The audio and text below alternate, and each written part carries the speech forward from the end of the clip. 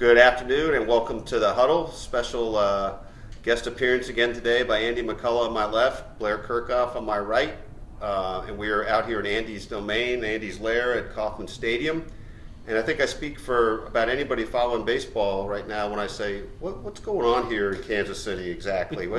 And if it's not too simplistic, who's right and who's wrong in our perception of the Royals right now? Well, I don't think, in the case of the Royals and the A's, I don't think necessarily anyone's right, and I think that kind of everyone's wrong, because everyone loses when you have a situation like this where people are talking not so much about how the team made this really dramatic comeback, but talking about the idea of them being like headhunters or bullies or things like that.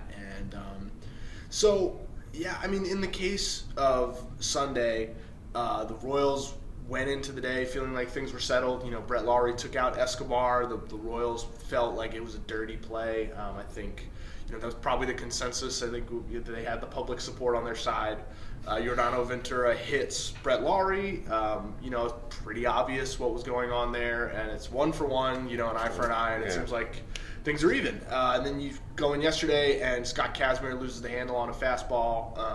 Whether he was trying to hit Kane or not, who knows? He says he wasn't. We talked about the idea of plausible deniability. It's a pitch low and at the foot.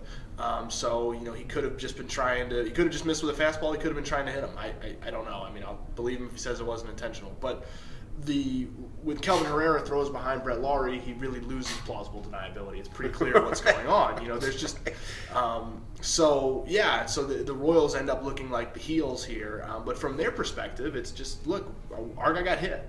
We're tired of our guys getting hit, and we're going to send a message that our guys will not get hit anymore. So it could be, something that benefits them down the road. I really don't know. I think that was part of the reaction, wasn't it, on Sunday, that when Kane was hit, you had the whole weekend bubbling up, but you also had the whole season bubbling up. You could see a look on Kane's face of like, again, what's going on with this? And it wasn't just the 2 Oakland games. It wasn't just the series of events that started with the 7th inning slide on Friday. I think it was the first 10 or so games of the season that they're just tired of it. Just tired of it. And what do you think?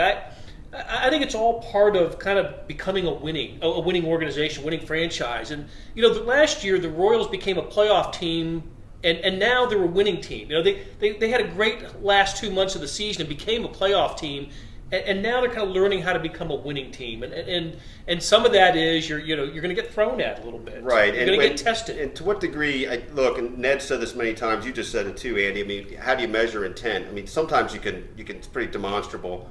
Like when the pitch goes 99 miles per hour behind you, that seems to be intent.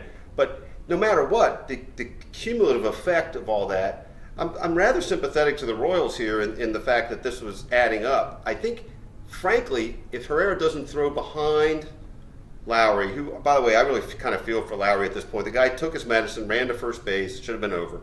But at any rate, if he doesn't throw behind him, if he drills him in the ribs or the leg, Are people talking about the Royals as the bad boys of baseball here? I think there's. What they do? I mean, I think they're still being discussed, but it's to a lesser extent. It's the issue is throwing behind someone, and also it was behind the back. It wasn't at his head, but it was above the waist, and that is dangerous. And so again, it's plausible deniability. You hit a guy in the foot, you say, "Oh, sorry, I lost handle on the fastball." You throw it behind a guy's back.